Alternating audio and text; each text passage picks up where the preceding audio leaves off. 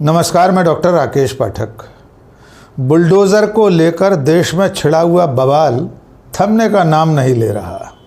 भले supreme court ने साफ कह दिया हो कि किसी का भी घर बुलडोज़र से नहीं ढहाया जा सकता, सुप्रीम कोर्ट ने भले ही साफ कह दिया हो कि कोई आरोपी हो या दोष सिद्ध व्यक्ति, उसके घर पर इस तरह से बेजा तरीके से बुलडोज़र नहीं भेजा जा सकता। इसके बावजूद राजनेताओं के बीच इसको लेकर बयानबाजी थमने का नाम नहीं ले रही है और बुलडोज़र पर छिड़े हुए इस बवाल का केंद्र बिंदु बना हुआ है उत्तर प्रदेश।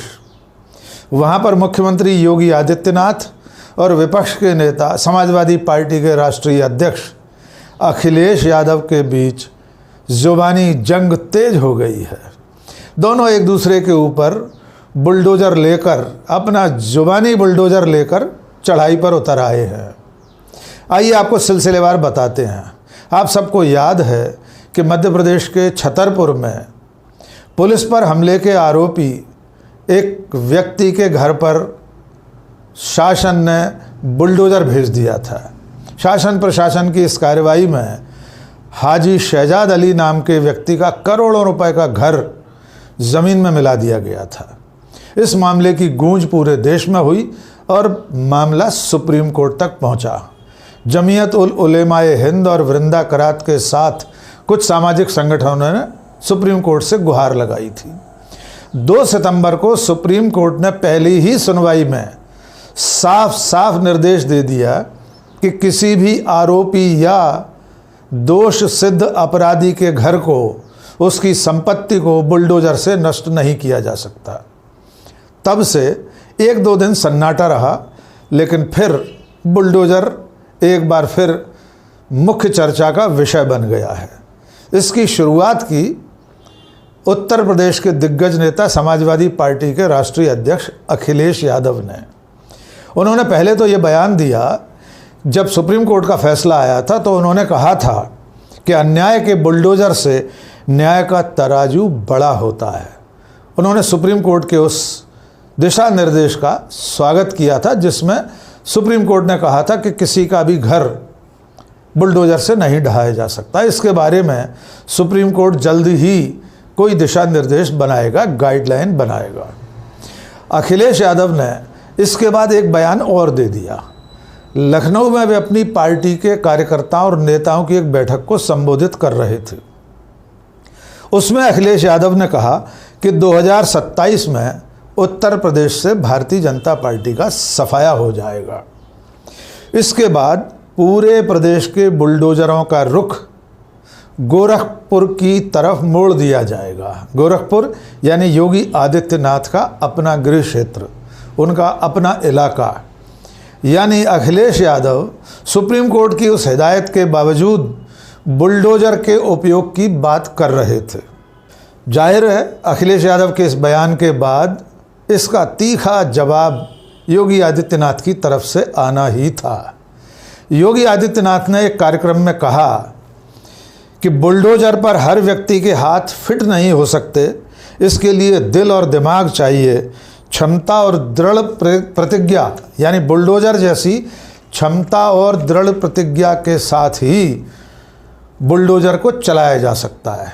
और इसके साथ साथ योगी आदित्यनाथ ने बिना नाम लिए समाजवादी पार्टी और अखिलेश यादव पर तंज कसा। योगी आदित्यनाथ ने कहा, दंगाइयों के सामने नाक रगड़ने वाले इसके सामने वैसे ही पस्त हो जाएंगे। आइए योगी आदित्यनाथ का ये बयान सुन लीजिए। जिन लोगों को अवसर मिला उन्होंने पहले पहचान का संकट खड़ा किया अपनी अराजक गतिविधियों से, अपने भ्रष्टाचारी गतिविधियों से, और फिर प्रदेश को दंगों की आग में झोंकने का काम भी किया था।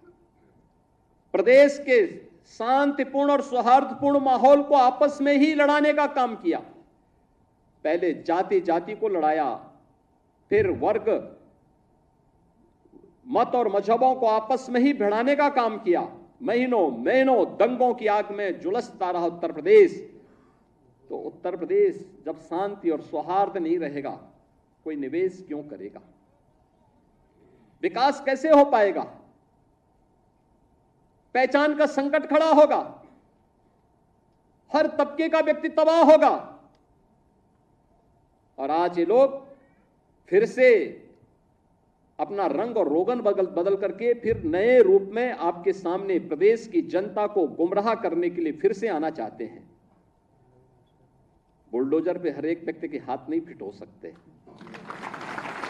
इसके लिए दिल और दिमाग दोनों चाहिए, दिल और दिमाग दोनों चाहिए। बुलडोजर जैसी क्षमता और दृढ़ प्रतिज्ञा जिसमें हो वही बुलडोजर चला सकता है।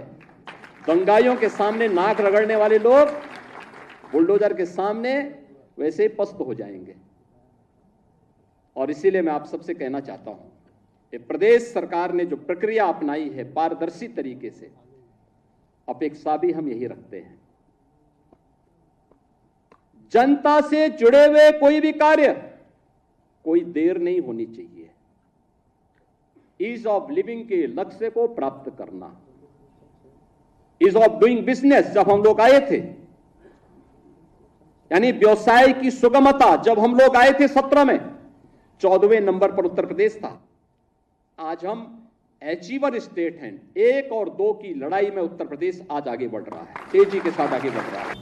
योगी आदित्यनाथ के बयान के बाद पलटवार की बारी थी अखिलेश यादव की।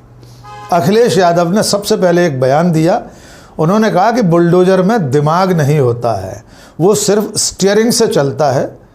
और बिना योगी आदित्यनाथ का नाम लिए उन्होंने कहा कि स्टीयरिंग उत्तर प्रदेश की जनता या दिल्ली वाले कभी भी बदल सकते हैं, कब बदल दें कोई नहीं जानता।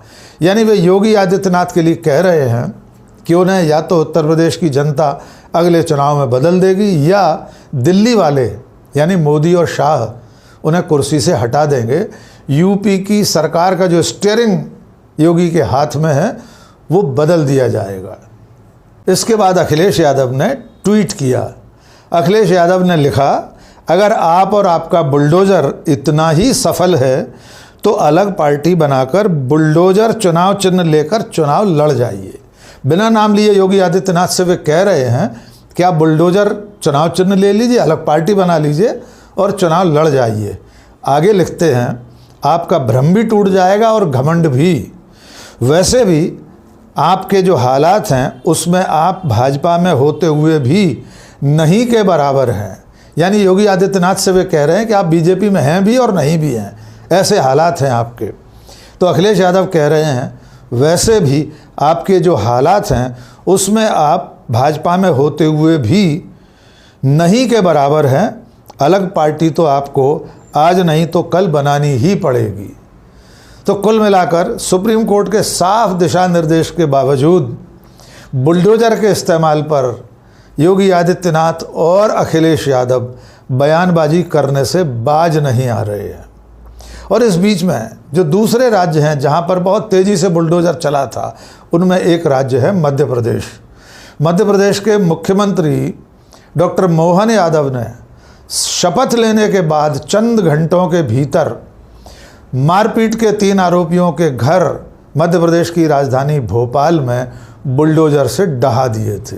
और उसके बाद आप जानते हैं मध्य प्रदेश में कई ऐसी घटनाएं हुई हैं जहां पर आरोपियों के घर बुलडोजर से नेस्तनाबूद किए गए। एक दिलचस्प मामले में तो प्रशासन ने कुछ ऐसे घर भी गिरा दिए जो प्रधानमंत्री आवास योजना के अंतर्गत खुद जिला प्रशासन ने बनाए थे। इसके बावजूद उनमें रहने वाले आरोपी थे, इसलिए उनके घर ज़मीन में मिला दिए गए। और सबसे बड़ी घटना जो हमने आपको अभी याद दिलाया छतरपुर की थी, जिसमें मुसलमानों के एक प्रतिनिधिमंडल की पुलिस के साथ झड़प हुई थी थाने पर।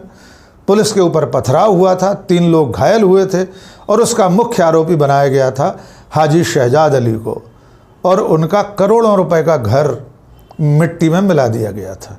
लेकिन वे डॉक्टर मोहन यादव फ़िलहाल सुप्रीम कोर्ट के इस दिशा निर्देश के बाद कि किसी भी आरोपी या अपराधी का घर बुलडोज़र से नहीं गिराया जा सकता, मौन है। डॉक्टर मोहन यादव का कोई ताज़ा बयान अभी इधर देखने में नहीं आया है। देखना होगा कि 17 सितंबर को सुप्रीम कोर्ट इस मामले में जो अगली सुनवाई करने जा रहा है वहाँ ये सारी राज्य सरकारें जो अपने अपने राज्यों में बुलडोज़र से लोकतंत्र और संविधान को, कायदे कानून को रौंद रही थीं, वे अपना पक्ष किस रूप में रखती हैं। और देखना ये भी होगा कि सुप्रीम कोर्ट हमेशा के लिए, आने वाले कल के लिए क्या गाइडलाइन बनाता है कि आइंदा लोगों के घर बुलडोज़र से नहीं ढहाए जा सकें। आज के इस वीडियो में बस इतना ही। बहुत बहुत शुक्रिया। जय हिंद।